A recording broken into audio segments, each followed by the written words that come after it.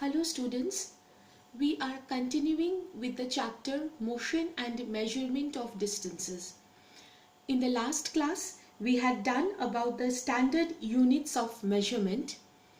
Now we'll be starting with the correct measurement of length.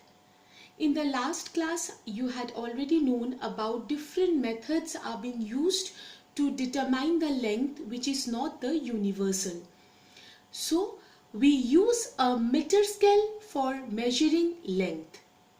Even the tailors use a tape that is called measuring tape, or a merchant uses a meter rod in order to express the length. Correct steps for measuring a length.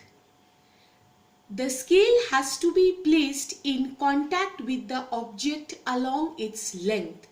Suppose you want to take the measurement of a line on your copy, so you have to put the scale on the line. In some scales, if zero mark is not seen, the measurement from zero mark on the scale should be avoided. This is basically happens in some cases when the corner portion of the scale is little bit broken. So in that case, we should have to omit the zero mark. In that case, any other full mark on the scale should be used. Then the reading of this mark should be subtracted from the reading of the other end.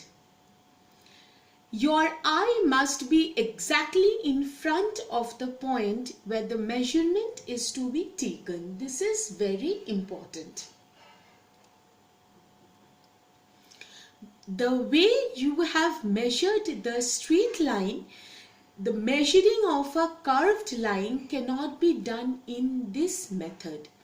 So, now we will know measuring the length of a curved line. We cannot measure the length of a curved line directly by using a meter scale. We can use a thread to measure the length of the curved scale. As you can see in the picture here, measuring a curved line, in order to do that, a small portion of the line has to be taken and measured using the thread. First, the measure from A to 1, 1 to 2, 2 to 3 and so on using the same thread.